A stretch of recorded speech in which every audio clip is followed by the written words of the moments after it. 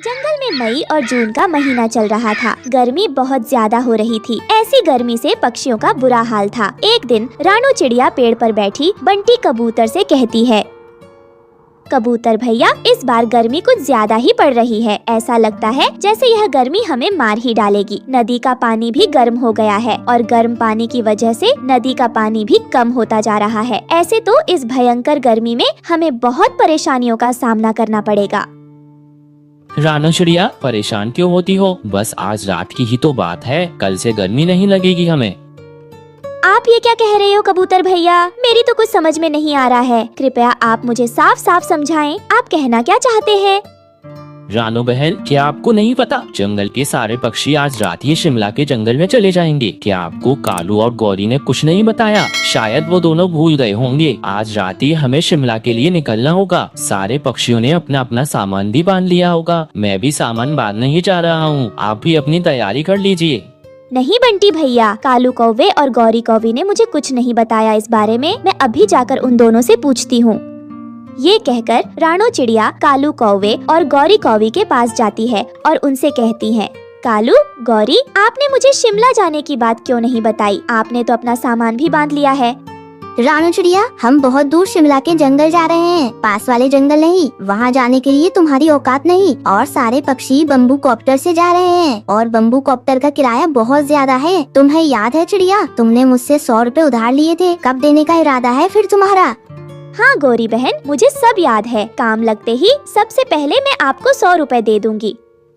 लो, कर लो बात। देखो जरा, 100 रुपए वापस देने की औकात नहीं। और शिमला की सैर करने जाएगी, वहाँ जाने के लिए पूरे 1000 रुपए चाहिए। बम्बू कॉप्टर का किराया कहाँ से दोगी? इतने पैसे नहीं है तुम्हारे पास। यही सोचकर हमने तुम्हें नहीं बताया। चलो चलो, अब रास्ता छोड़ो। तुम्हारे चक्कर में कहीं बम्बू कॉप्टर न छूट जाए। भारी भरकम किराया दिया है हमने उसका। हाँ नहीं तो।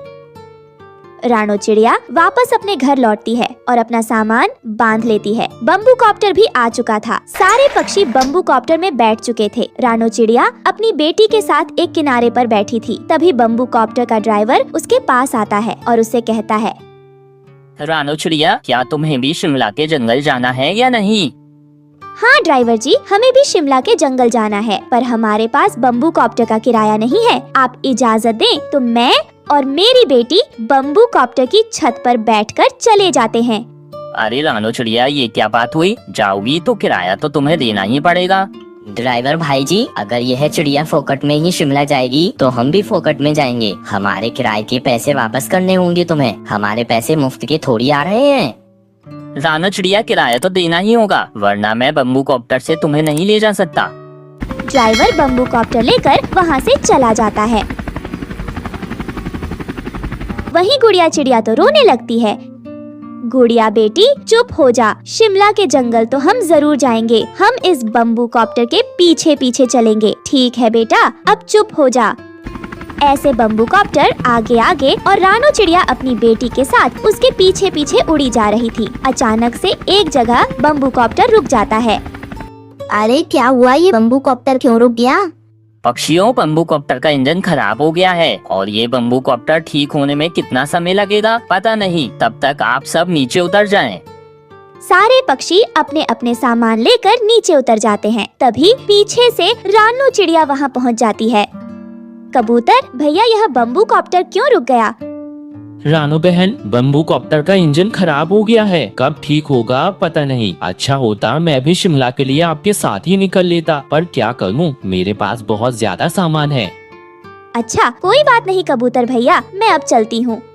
रानू चिड़िया अपनी छोटी सी पोटली उठाती है और अपनी बेटी को लेकर आगे बढ़ जाती है। 2 दिनों के लंबे सफर के बाद रानू चिड़िया आखिर शिमला के जंगल में पहुँच ही जाती है। अरे वाह मम्मा, देखे यहाँ कितनी ठंडक है। चारों तरफ बर्फ ही बर्फ पड़ी है। हाँ गुड़िया बेटी, हमारे जंगल में तो जैसे आग बरस रही है, पर यहाँ तो बहुत ही ठंडक है। इसीलिए तो हम शिमला आए हैं। रानू चिड़िया और गुड़िया चिड़िया इधर उधर घूमकर शिमला के ठंडक का आनंद ले रही थी। तभी एक तोता उनके पास आता है और उनसे कहता है, चिड़िया बहन, क्या तुम मेरे सेब के बाग की रखवाली करोगी? मुझे कोई पक्षी काम के लिए नहीं मिल रहा है। मैं तुम्हें अच्छी तनख्वाह दूंगा। बर्फबारी शुरू हो गई है। 1-2 दिन में यह जंगल सैलानियों पक्षियों से भर जाएगा। आपको बस यह देखना है कोई पक्षी बाग के सेब को ना तोड़े। बोलो, क्या ख्याल है तुम्हारा? हाँ तोते भैया, मैं जरूर करूँगी। ये नौकरी ठीक है मेरे लिए। तोता भाई, आपका बहुत बहुत शुक्रिया जो आपने मुझे काम पर रखा। लेकिन तोते भैया, अगर रहने के लिए कोई घर होता तो मैं अपनी बच्ची को वहाँ छोड़ देती। अच्छा, तो ये बात है। तो फिर तुम आज के आज ही काम पर लग जाओ और अपने रहने के लिए मेरे बाग में ही बर्फ का घर बना सकती हो। वहाँ तुम्हें कोई चिंता की बात नहीं होगी।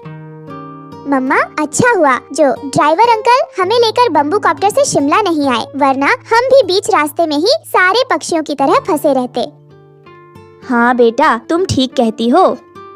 शिमला की बर्फबारी देखकर गुड़िया चिड़िया बहुत खुश थी। रानो चिड़िया भी सेब के बाग में नौकरी मिल जाने की वजह से बहुत खुश थी। उसने सेब के बाग में बर्फ से अपना एक सुंदर सा छोटा सा घर बनाया और अपनी बेटी के साथ पूरी गर्मी उस बर्फ के घर में खुशी खुशी गुजारने लगी। दोस्तों, आपको हमारी आज की कहानी कैसी लगी? हमारी कहानी को लाइक करें, कमेंट करके अपनी राय हमें दें। आपके कमेंट और लाइक हमारे हौसले को बढ़ाते हैं। अगर आप हमारे चैनल पर नए आए हैं तो हमारे चैनल को सब्सक्राइब करना ना भूले। आपका धन्यवाद। आ जाओ, सब लोग, खाना बन गया है। माँ, आज तो बहुत अच्छी खुशबू आ रही है। क्या बनाया है खाने में? तुम लोगों के मनपसंद दाल चावल। माँ, आज तो खाने में दाल चावल है। माँ, दाल चावल तो बहुत महंगे हैं, तो आपने दाल कैसे खरीदी? आज जब मैं आम बेचकर घर आ रही थी तो वो रास्ते में एक बहुत बड़ा घर बन रहा था। वहाँ पर एक मजदूर की कमी थी। लकड़ी उठाने के लिए मैं चली गई। लकड़ी उठाने के बदले मुझे 100 रुपए मिले थे, तो उसी से मैं तुम लोगों के लिए दाल चावल ले आई। तुम लोगों को रोज रोज सूखा खाना खाते हुए देखकर मुझे बहुत दुख होता था। माँ, हम तो सूखा दाना खाकर भी खुश हैं। आपको हमारे खाने के लिए इतनी मेहनत करने की क्या जरूरत है? जिस उम्र में आपको आराम करना चाहिए, उस उम्र में आप हम लोगों का पेट पालने के लिए कितनी मेहनत करती है। पगली, मैं मेहनत नहीं करूँगी तो और कौन करेगा? आखिर मैं तुम्हारी माँ हूँ। चलो अब जल्दी से खाना खा लो, वरना खाना ठंडा हो जाएगा। रानो अपनी 5 बेटियों को खाना परोसती है और एक प्लेट में खाना लेकर आंगन में लगे बड़े से आम के पेड़ के पास जाती है। मेरे प्यारे आम के पेड़, देख आज मैं तेरे लिए क्या लेकर आई हूँ। ये दाल और चावल हैं। देखते देखते तू कब इतना बड़ा हो गया, मुझे पता ही नहीं चला। तू भले ही एक मामूली आम का पेड़ है, लेकिन मेरे लिए मेरे परिवार के सदस्य जैसा है। रानो चिड़िया खाने की थाली को उस पेड़ के पास रखकर पेड़ पर प्यार से पंख सहलाती है और अपने घर के अंदर चली जाती है। रानो चिड़िया जिस दिन से उस जंगल में आई थी, तब से ही रानो ने इस आम के पेड़ को बड़े प्यार से सींचकर बड़ा किया था। रानो चिड़िया आम के पेड़ से आम लेकर बाजार में उसे बेचकर अपना और अपने बेटियों का गुजारा करती थी। एक दिन, आप खाना छोड़कर यहाँ इस पेड़ को पानी दे रही हो। अगर एक दिन पानी नहीं दोगे तो क्या हो जाएगा? बेटी, पेड़ों में भी हमारी तरह जान होती है, इसीलिए समय समय पर इन्हें पानी देना चाहिए। हम तो भूख लगने पर खाना मांगकर खा लेते हैं, लेकिन ये तो बेजुबान होते हैं। इन्हें कोई तकलीफ होगी तो हमें कैसे बताएंगे? माँ, आप तो इस आम के पेड़ को बिल्कुल अपनी बेटियों की तरह प्यार करती हो। रानो चिड़िया का आम के पेड़ को समय समय पर पानी देना और उसका ख्याल रखना जीवन का एक हिस्सा बन गया था। अरे, घर पर कोई है क्या? कालू सेठ, तू यहाँ? तेरी हिम्मत कैसे हुई मेरे घर में कदम रखने की? मैंने तुझे कहा था ना, मेरे घर के आसपास भटकने की कोशिश भी मत करना। पैर कब्र में लटक रहे हैं, पर जुबान तेरी कैंची की तरह चल रही है। देख, अभी भी प्यार से समझा रहा हूँ, अपनी जमीन को मेरे नाम कर दे। बदले में मैं तुझे अच्छे पैसे भी दे रहा हूँ। मुझे इस जमीन पर एक बड़ा सा ढाबा बनाना है। ये जमीन मेरे पति की मेहनत की कमाई की है। मैं इसे किसी भी हालत में नहीं बेचूंगी, समझे? चला जा यहाँ से। अभी तो मैं जा रहा हूँ, लेकिन एक दिन इस जमीन पर तो मैं कब्जा करके ही रहूँगा। इतना कहकर कालू सेठ वहाँ से चला जाता है। कालू सेठ की नजर बहुत समय से रानो चिड़िया की जमीन पर थी। ऐसे ही समय गुजरता रहा और एक रात, हे भगवान, ये बिन मौसम बारिश कैसे हो रही है? अभी अभी तो पेड़ पर ताजे ताजे आम आए हैं। अगर इसी तरह बारिश और हवाएं चलती रही तो सारे आम खराब हो जाएंगे। लेकिन माँ, अब हम लोग इसमें क्या कर सकते हैं? मैं ऐसा नहीं होने दूंगी। अगर आम खराब हो गए तो मैं तुम लोगों का पेट कैसे भरूंगी? रानो चिड़िया अपने घर में रखे एक बड़े से तिरपाल को लेती है और बारिश में भीगते हुए जाकर अपने आम के पेड़ को तिरपाल उड़ा देती है, जिससे आम बारिश और हवाओं से बच जाता है। लेकिन ज्यादा मौसम खराब होने की वजह से बिजली सीधे रानो चिड़िया पर गिरती है और वहीं पर रानो की मौत हो जाती है। उसकी बेटियां अब अनाथ हो चुकी थी। उसकी बेटियां इस सदमे से अभी उभरे ही नहीं थे तभी। चलो चलो, ये रोना धोना बंद करो और मकान खाली करो। ये घर हमारा है तो हम क्यों खाली करें? चले जाओ यहाँ से, वरना हम तुम्हारी पुलिस को शिकायत करा देंगे। एक नोटों की गड्डी पुलिस के मुंह पर मारूंगा ना तो वो खुद तुम लोगों का घर खाली करवाएंगे, समझे? कालू सेठ और उसके गुंडे पांचों बहनों को धक्के देकर घर से बाहर निकाल देते हैं और कालू सेठ उनके घर पर ताला लगाकर चला जाता है। जिसके बाद बहनें अपने ही आंगन के बाहर बेसहारा पक्षी की तरह रो रही होती हैं। अगर माँ होती तो हमें अपने घर के बाहर इस तरह रोना नहीं पड़ता। पहले तो भगवान ने बाबा को छीन लिया, अब हमारी माँ को भी। भगवान हमें भी अपने पास बुला लो। अब इस दुनिया में रहकर क्या करेंगे? ये सब कुछ इस पेड़ की वजह से हुआ है। अगर ये आम का पेड़ हमारे आंगन में नहीं होता तो हमारी माँ घर के बाहर नहीं जाती और न ही हमारी माँ पर बिजली गिरती। ये हमारे परिवार का सदस्य नहीं है बल्कि हमारी माँ का कातिल है, कातिल। पांचों बहनें बहुत रोती हैं और उसी पेड़ के नीचे सो जाती है। लेकिन जैसे आधी रात होती है तो अचानक, उठो मेरी बहनों, उठ जाओ। इतनी रात को कौन है? एक तो इतनी मुश्किल से खाली पेट में नींद आई थी, इस आवाज ने तो मुझे जगा दिया।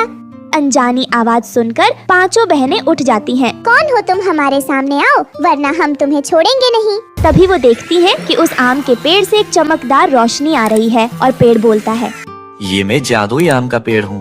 ये क्या? ये बेजुबान पेड़ बोल रहा है? मैं कोई साधारण पेड़ नहीं हूँ बल्कि एक जादुई आम का पेड़ हूँ। तुम्हारी माँ ने मेरे बचपन से लेकर बड़े होने तक मुझे प्यार से सींचा है। हर दिन वो मेरे लिए खाना लेकर आती थी। हमेशा उन्होंने मुझे अपने बेटे की तरह प्यार किया था। लेकिन मेरी खातिर मेरी आंखों के सामने उनकी मौत हो गई और मैं कुछ नहीं कर पाया। लेकिन आज जब कालू सेठ ने तुम लोगों पर अत्याचार किया और तुम्हें घर से बेघर कर दिया तो मैं खुद को रोक नहीं पाया। मैं तुम लोगों की मदद करना चाहता हूँ। बताओ मैं तुम लोगों के लिए क्या करूँ? हम तो अपना पेट मेहनत मजदूरी करके भर लेंगे, लेकिन हमारे पास रहने के लिए कोई जगह नहीं है। हमें अपना एक घर दे दो। ठीक है, मैं अपने जादू से आम के पेड़ से एक आम के घर में बदल जाऊंगा। लेकिन एक बात याद रखना, ये घर रात में ही रहेगा। सुबह होते ही मैं फिर से आम का पेड़ बन जाऊंगा और रात होते ही फिर से आम का घर। इतना कहते ही वो आम का पेड़ देखते ही देखते एक सुंदर से आम के घर में बदल जाता है। इसके बाद पांचों बहनें उस आम के घर के अंदर जाती हैं और आराम से रात गुजारती हैं। फिर सुबह होते ही फिर से वह आम का घर एक आम के पेड़ में बदल जाता है। एक रात, बहुत भूख लगी है, कुछ खाने को दो ना। सुबह से कुछ भी नहीं खाया है। मालिक ने दिहाड़ी भी नहीं दी है। कह रहा था कल ही दिहाड़ी देगा। वो रोज ऐसा करता है। मेहनत मजदूरी करके भी हम 2 वक्त की रोटी नहीं खा पा रहे हैं। काश हमारे पास खाने के लिए कुछ होता। इतना बोलते ही उनके सामने खाने की 5 थालियां आ जाती है। ये देखकर पांचों बहनें बहुत खुश होती हैं और पेट भर खाना खाती है। ऐसे ही दिन गुजरते गए। लेकिन एक रात, ये क्या हुआ? सुबह जब आया था तो यहाँ तो आम का पेड़ था, रात में आया तो ये आम का घर। इसके अंदर तो रानो की बेटियाँ सो रही हैं। लगता है इसकी बेटियों को काला जादू आता है। कालू सेठ अपने गुंडों के साथ पांचों बहनों के आम के घर में घुस जाता है। तो तुम लोगों को जादू करना भी आता है? तुम्हारी हिम्मत कैसे हुई मेरी इस जमीन पर आम का घर बनाकर रहने की? कालू सेठ के इतना बोलते ही अचानक उन गुंडों के ऊपर आम की गुठली की बौछार होने लग जाती है। लगातार आम की गुठली उन पर पड़ते रहते हैं, जिससे वो सभी घायल हो जाते हैं और कालू सेठ अपने गुंडों के साथ वहाँ से भाग जाता है। जो जैसा करता है वैसा भरता है। हमारी माँ के अच्छे कर्मों की वजह से हमें ये जादुई आम का घर मिला और आज जादुई आम के घर की वजह से हम लोग बच गए।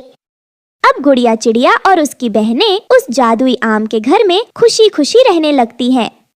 प्यारे दोस्तों, इस कहानी से हमें यही सीख मिलती है कि हमें कभी लालच नहीं करना चाहिए। दोस्तों, आपको हमारी आज की कहानी कैसी लगी? हमारी कहानी को लाइक करें, कमेंट करके अपनी राय हमें दें। आपके कमेंट और लाइक हमारे हौसले को बढ़ाते हैं। अगर आप हमारे चैनल पर नए आए हैं तो हमारे चैनल को सब्सक्राइब करना ना भूलें। आपका धन्यवाद।